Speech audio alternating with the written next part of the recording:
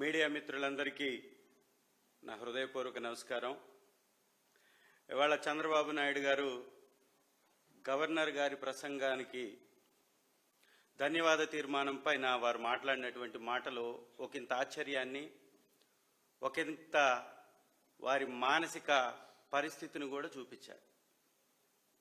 పెద్ద ఆయన వయసు పైబడ్డటువంటి కష్టం ఆయనలో కనపడతా ఉంది. 2003లో అలిపిరి ఘటన జరిగితే 2023 అంటాడు.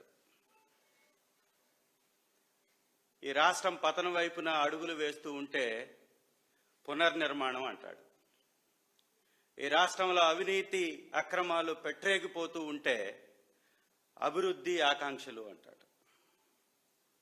3 బడ్జెట్లు ప్రవేశపెట్టిన తర్వాత కూడా ఈ రాష్ట్రానికి ఏం చేశారు చంద్రబాబు గారు అభివృద్ధి అంటే? చేస్తున్నాం, చూస్తున్నాం, తెస్తున్నాం అంటాడు.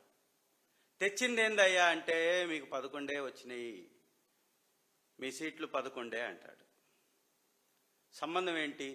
సంబంధం లేనటువంటి వ్యవహారాలు. చిట్ట చివరికి వారు ప్రసంగం ముగించిన తర్వాత, లీడర్ ఆఫ్ ద హౌస్ ప్రసంగం ముగించిన తర్వాత సభ వాయిదా పడుతుంది. కానీ ఆ తర్వాత ఇంకొక ఎమ్మెల్యే మాట్లాడిన తర్వాత సభ వాయిదా పడ్డది. అంటే వారి యొక్క స్థాయిని వారు తగ్గించుకుంటూ, ఆ సభ యొక్క ఔన్నత్యాన్ని, సభ యొక్క హుందాతనాన్ని తగ్గిస్తూ, అబద్ధాలకి వేదికగా, అసత్యాలకి ఒక అడ్డాగా అసెంబ్లీని మార్చేస్తూ ఉన్నారు. వారు మాట్లాడినటువంటి మాటల్లో మనం కానీ ఒక్కసారి చూస్తే, ఫ్లాప్ అయిన సినిమాకి బలవంతంగా వసూళ్ళు వచ్చాయని సంబరాలు చేస్తే ఎట్లుంటుందో అలా బలవంతపు సంబరాలుగా ఆ సభ సాగినటువంటి ఈ యొక్క 3 రోజులను మనం గమనించవచ్చు. ఆద్యాంతం వైఎస్ఆర్ కాంగ్రెస్ పార్టీ మీద నిందలు వేయడం, జగన్మోహన్ రెడ్డి గారిని కించపరిచి మాట్లాడడం, హేళన చేయడం, వారికి ఉన్నటువంటి ఆ సంఖ్యాబలం యొక్క అధికార మదాన్ని చూపించడం, ఇదే వారు చేసినటువంటి తంతు. మీరు కానీ ఒకసారి చూస్తే వారి యొక్క విధానం ఎట్లుందంటే, వెనకడికి ఒక సామెత ఉండేది, ఇప్పటికీ బాగా ఫేమస్ ఆ సామెత. కూట్లో రాయి తీయలేనమ్మా, ఏట్లో రాయి తీయడానికి పోయిందంట. నీ పరిపాలనలో జరిగిన అభివృద్ధి చెప్పవయా స్వామి అంటే జగన్మోహన్ రెడ్డి గారి పరిపాలన మీద మాట్లాడడానికి వెళ్తారు. మా పరిపాలన ఒక స్వర్ణయుగం, వైఎస్ఆర్ కాంగ్రెస్ పార్టీ పరిపాలన ఒక స్వర్ణయుగం. వారి మాటల్లోని ఈ మాట వారు చెప్పకనే చెప్పారు. ఇవాళ చంద్రబాబు నాయుడు గారు వారి ప్రసంగంలో వారు చెప్పారు ఏంటంటే, నేను అనేక సార్లు ముఖ్యమంత్రిగా అయ్యాను, కానీ ఈ 20 నెలల కాలంలో జరిగినంత అభివృద్ధి ఎప్పుడూ జరగలేదు, సంతృప్తికరంగా ఉంది అని చెప్తున్నారు వారి మాటల్లో. అంటే అర్థం ఏంటి? నేను ఇన్ని సంవత్సరాలు ఈ రాష్ట్రానికి చేసింది శూన్యం, గుండు సున్నా. ఈ 20 నెలల్లో నేను చేస్తున్నా, చూస్తున్నా, అడుగులు వేస్తున్నా, తెస్తున్నా అంటాడు. ఎప్పుడు తెస్తాడో తెలియదు. ఇంకా ఎక్కువ మాట్లాడితే విజన్ 2040 పైన మాట్లాడతాడు.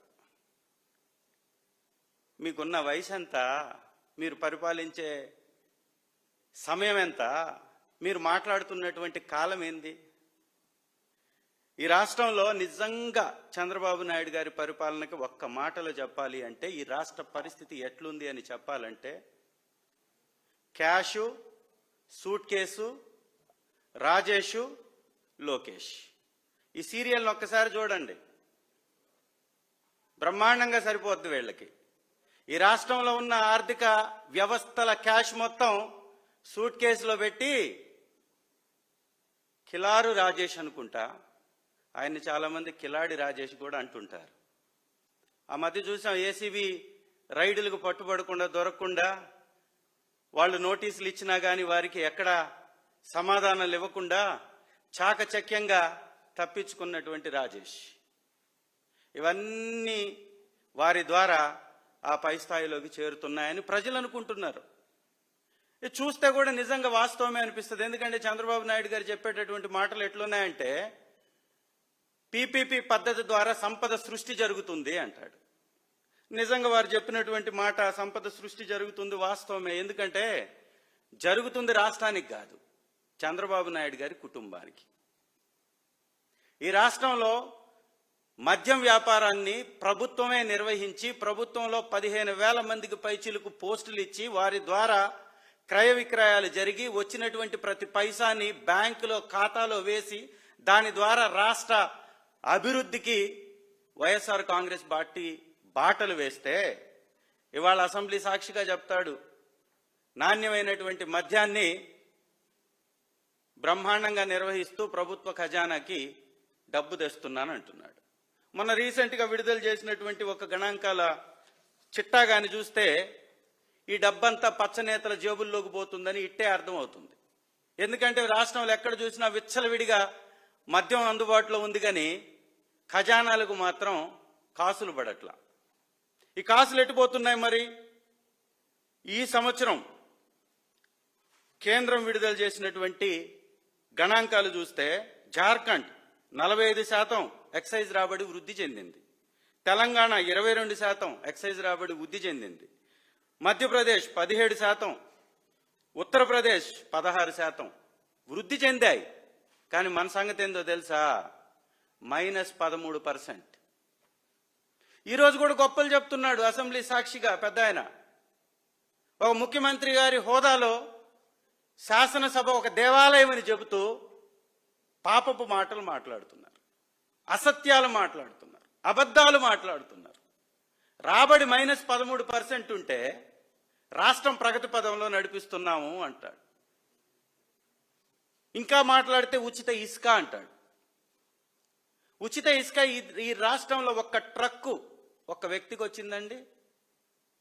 పేదవాడు పూరిళ్లు కట్టుకోవడానికి తీసుకెళ్లే మట్టిని కూడా చెక్ పోస్టులు పెట్టి ఏఎంఆర్ అనేటటువంటి వ్యవస్థ ద్వారా రాష్ట్రంలో ఉన్నటువంటి అన్ని ప్రాంతాలని టెండర్లు పిలిచి మరీ అనేక కంపెనీలకు ఇచ్చినట్లున్నాడు. ప్రకాశం జిల్లాలో ఏఎంఆర్ అనేటటువంటి సంస్థ ప్రతి ఊరి నడిబొడ్డున ఒక చెక్ పోస్ట్, ప్రతి గ్రామ వీధి మొదట్లో ఒక చెక్ పోస్ట్. మట్టి తీసుకెళ్ళినా కానీ కప్పం కట్టాల. కుప్పం వారికి కప్పం కట్టక తప్పట్లా, మట్టికి ఇసుక మాత్రం బంగారాన్ని మించినటువంటి రేట్లో అమ్ముతున్నారు. ఎవరన్నా లారీ అమ్ముకోవడానికి తీసుకెళ్తే వీళ్ళకి డబ్బు కట్టంది లారీని లోపలికి రానివ్వట్లా. ఇంకా ఎగ్జాంపుల్ చెప్పాలంటే చంద్రబాబు నాయుడు గారు లేదా వారి కూటమి నాయకులు నేతలు ఈ ప్రెస్ మీట్ని కానీ చూస్తే సిగ్గుతో తల వంచుకోవాలా. ఎందుకంటే ఒక ఇసుక వ్యాపారి ఎర్రగొండపాలెంలో, ఒక వ్యాపారి లారీ వ్యాపారి అంబేద్కర్ గారి విగ్రహానికి ఊరేసుకోవడానికి ప్రయత్నం చేసి అన్ని ప్రధాన పత్రికల్లో పతాక శీర్షికలు వచ్చాయి.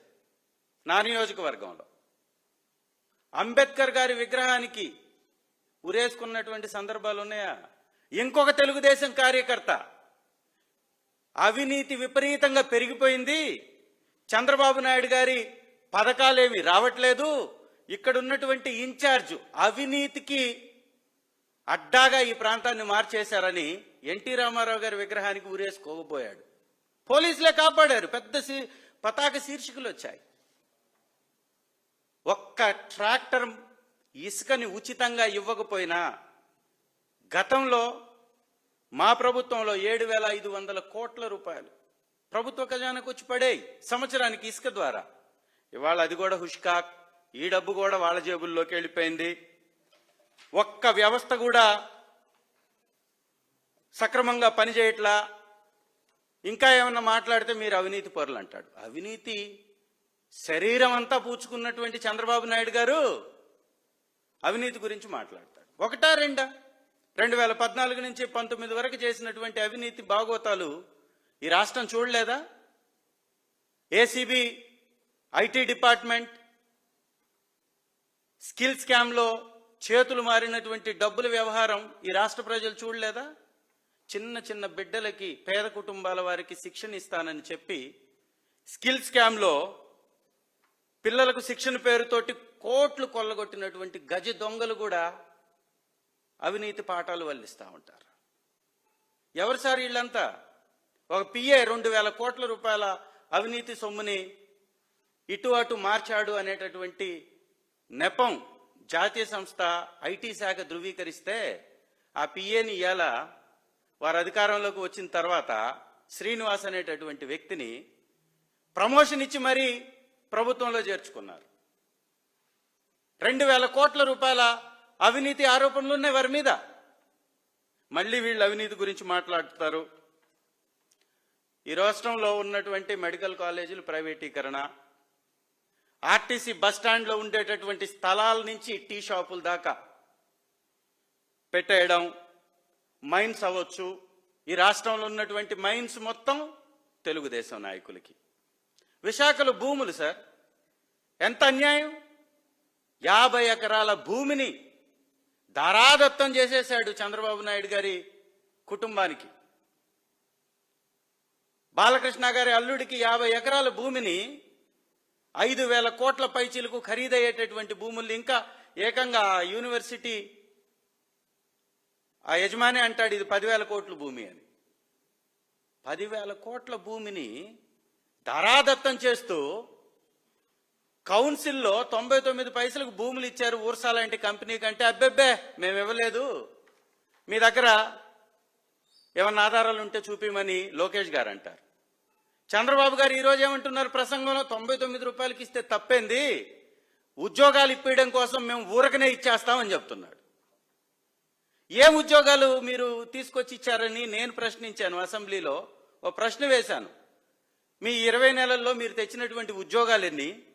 నిరుద్యోగ భృతి మీరు ఇచ్చినటువంటి సూపర్ 6 పథకాలలో ఒక ముఖ్యమైనటువంటి పథకం, దానికి మీరు కేటాయించినటువంటి కేటాయింపులు ఎన్ని, చెల్లించినటువంటి చెల్లింపులు ఎన్ని అని అడిగితే వారు చెప్పింది ఏంటో తెలుసా? 20 లక్షల ఉద్యోగాలకి గవర్నర్ గారి ప్రసంగంలో మేము మాట్లాడిచ్చాం, 5 లక్షల ఉద్యోగాలు ఆల్రెడీ ఇచ్చేసామంటున్నాడు. ఏమంటే నేను అడుగుతున్న, ఒక్క నిరుద్యోగికి ఈ రాష్ట్రంలో ఉద్యోగం వచ్చిందా? వస్తే ఏ కంపెనీ ద్వారా వచ్చింది? ఏ కంపెనీలో ఆ ఉద్యోగం చేస్తున్నాడు? ఈ 5 లక్షల ఉద్యోగస్తుల పేర్లు మీకు దమ్ము ధైర్యం ఉంటే, మీరు నిజమైన చెత్త పరిపాలన కాకపోతే, మీది ఉట్టి అబద్ధపు అసత్యపు ప్రభుత్వం పార్టీ కాకపోతే బయట పెట్టండి వాళ్ళ యొక్క పేర్లు. 5 లక్షల పైచీలకు పేర్లు అన్నారు. ఇంకా ఆశ్చర్యం ఏంటో తెలుసా సార్? ఒక్క పెన్షన్ ఇవ్వలేదని శాసన మండలి సాక్షిగా వాళ్ళ మంత్రి ఒప్పుకుంటాడు. ఒక్క పెన్షన్ ఇవ్వలా. 66 లక్షల పెన్షన్లు వైఎస్ఆర్ కాంగ్రెస్ పార్టీ ప్రభుత్వంలో మేమిస్తే ఇవాళ 60 లక్షల పెన్షన్స్ ఇస్తున్నారు. అంటే 6 లక్షల పెన్షన్స్ తీసేశారు. ఎందుకు తీసేశారా అని మీరు అడిగితే, వాళ్ళ భర్త చనిపోతే భార్యకి ఇస్తున్నాం, ఇవ్వమని చెప్పేశాం అంటాడు. నువ్వు తగ్గించావా లేదా? మేము తీసుకొచ్చినటువంటి నిబంధనల ప్రకారం మీరు పెన్షన్ స్కీమ్ని మీరు నడిపిస్తుంటే, మా నిబంధనల ప్రకారం వాళ్ళు అర్హులైతే, అదే నిబంధనల ప్రకారం మీరు అనర్హత వేటు వేసి 6 లక్షల మందిని ఏ విధంగా తీసేస్తారు? ఒక్క పెన్షన్ ఈ రోజు వరకు ఎందుకు ఇవ్వలేదంటే మంత్రి ఏం చెప్తాడు, ఇంకా విధి విధానాలని తేలుస్తున్నామంట. సంవత్సరం ముందు బడ్జెట్ టైంలో కూడా ఇదే చెప్పాడు ఆ మంత్రి. ఇంకా ఆ మంత్రి చెప్పలేకపోతుంటే ఇంకొక మంత్రి అచ్చెన్నాయుడు గారు లేచి 34 లక్షలు టీడీపీ ప్రభుత్వంలో మేము ఇచ్చాము అంటాడు. సరే, ఇది ఒక్కసారి గమనించాల రాష్ట్ర ప్రజలందరూ. టీడీపీ 2019లో వారు దిగిపోయే సమయానికి 34 లక్షల పెన్షన్స్ మాత్రమే ఇచ్చింది అని అచ్చెన్నాయుడు గారి మాటల్లో వారే నిన్న ఒప్పుకున్నారు. ఇవాళ ఒక్క పెన్షన్ ఇవ్వకపోయినా 6 లక్షల మంది పెన్షన్దారుల్ని తొలగించేసిన 60 లక్షల మంది పెన్షన్దారులు ఉన్నారు. అంటే శ్రీ జగన్మోహన్ రెడ్డి గారు 40 లక్షల పైన కొత్త పెన్షన్స్ ఇచ్చాడు. ఇది నిరంతర ప్రక్రియ, ప్రతి సంవత్సరం జరగాల్సిందే, ప్రతిరోజు జరగాల్సిందే, ప్రతి నెల జరగాల్సిందే. కానీ ఈ రోజు వరకు జరగల.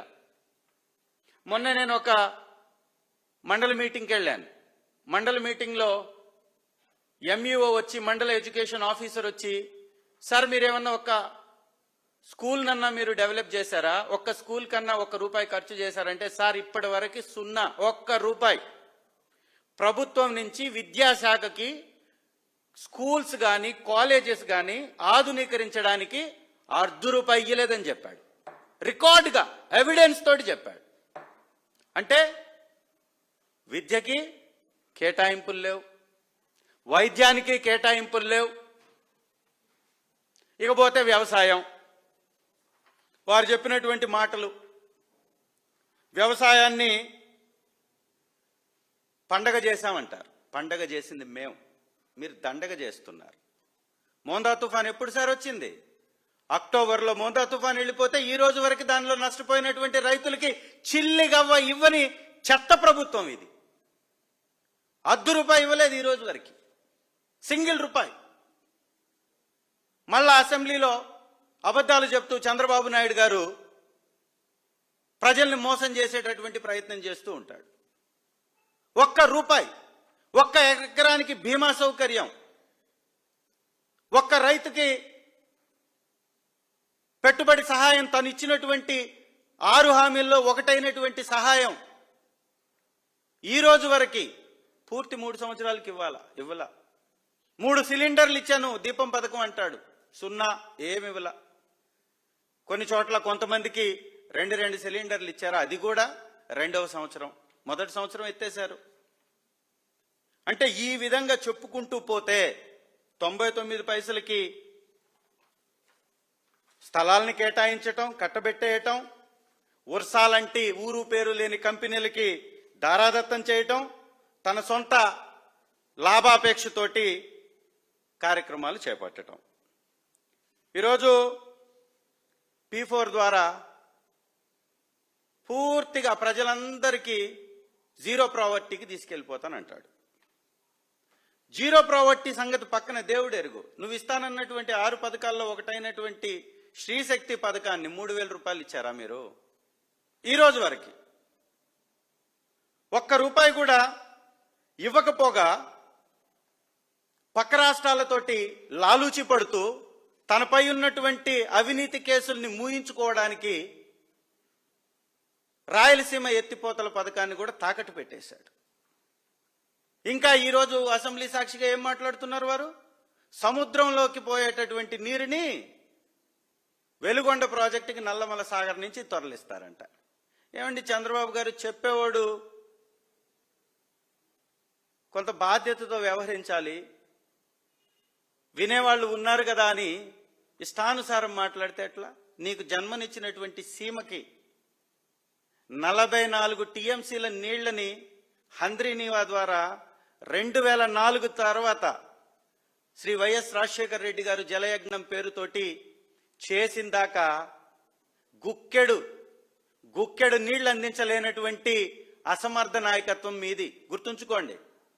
హంద్రీనీవా 96లో ఒకసారి శంకుస్థాపన చేశావు, 98లో ఒకసారి శంకుస్థాపన చేశావు, ఒకసారి పార్లమెంట్ ఎలక్షన్స్కి ముందు, ఇంకొకసారి జనరల్ ఎలక్షన్స్కి ముందు. ఎన్ని టీఎంసీలకి శంకుస్థాపన చేసింది? 5 టీఎంసీలకి. 2004 దాకా అతీగతి లేదు ఆ ప్రాజెక్టుకి.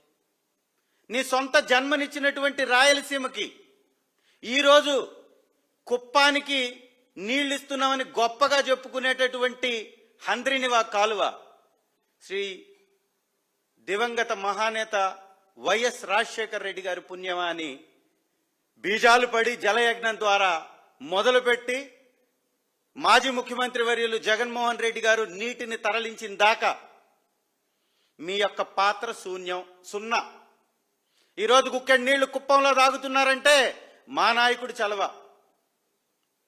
మేము చేసినటువంటి ప్రాజెక్టులకి శంకుస్థాపనలు చేసి ప్రారంభోత్సవాలు చేసి పండగలు చేసుకోవటం మీ వంతు అయితే, పనులు చేసి 10 మందికి సహాయం చేయటం మా వంతు. మేము చేస్తున్నటువంటి కార్యక్రమాలు. ఇవాళ మీరు మాట్లాడుతూ ఈ రాష్ట్రంలో రౌడీలు లేరు, రౌడీలు లేనటువంటి రాష్ట్రంగా ఈ రాష్ట్రాన్ని మారుస్తాను అంటున్నాడు. ఇంకెందుకు ఉంటారు రౌడీలు? ఉన్నటువంటి రౌడీలందరికీ తెలుగుదేశం మెంబర్షిప్ వేసి మీ పార్టీలోకి తీసుకుంటున్న తర్వాత అసెంబ్లీ సాక్షిగా పాతరేస్తామని నీ నాయకులు మాట్లాడుతుంటే, చెయ్యని తప్పుకి, చెయ్యని నేరానికి, చేసిన మీ పాపానికి ఫ్లెక్సీలు వేసి మీ నాయకులు కర్రలు తీసుకొని, పెట్రోల్ బాంబులు తీసుకొని మా నాయకుల మీద దాడి చేస్తుంటే కొంచెమన్నా సిగ్గుండొద్దు మాట్లాడడానికి, కొంచెం ఉన్న బాధ్యత అనిపించొద్దు మాట్లాడడానికి.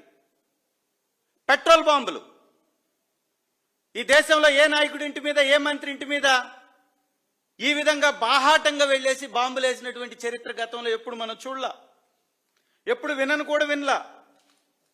ఈ రాష్ట్రంలో ఉన్నటువంటి వైఎస్ఆర్ కాంగ్రెస్ పార్టీలోని బలమైనటువంటి నేతల ఇళ్ల మీద అందరి మీద దాడి జరిగాయి.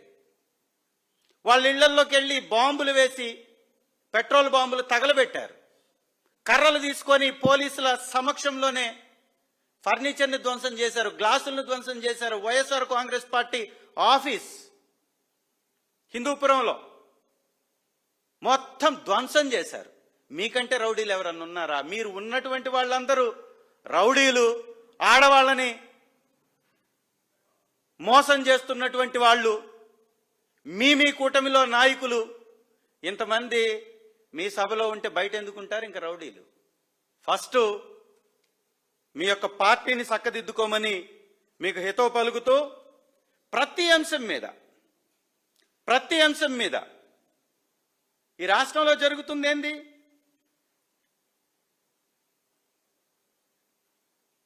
ప్యాకాట క్లబ్బులు నడవట్లేదా? మీ హిందూపురంలో తెలుగుదేశం నాయకుడు ఒక ఆయనకి సంబంధించినటువంటి క్లబ్బు చిలకలూరిపేటలో నడుస్తుంది, గుంటూరులో క్లబ్బు నడుస్తుంది, నడవట్లేదా? బెల్ట్ షాపులు రాష్ట్ర వ్యాప్తంగా నడుస్తుంది, కనపడట్లేదా?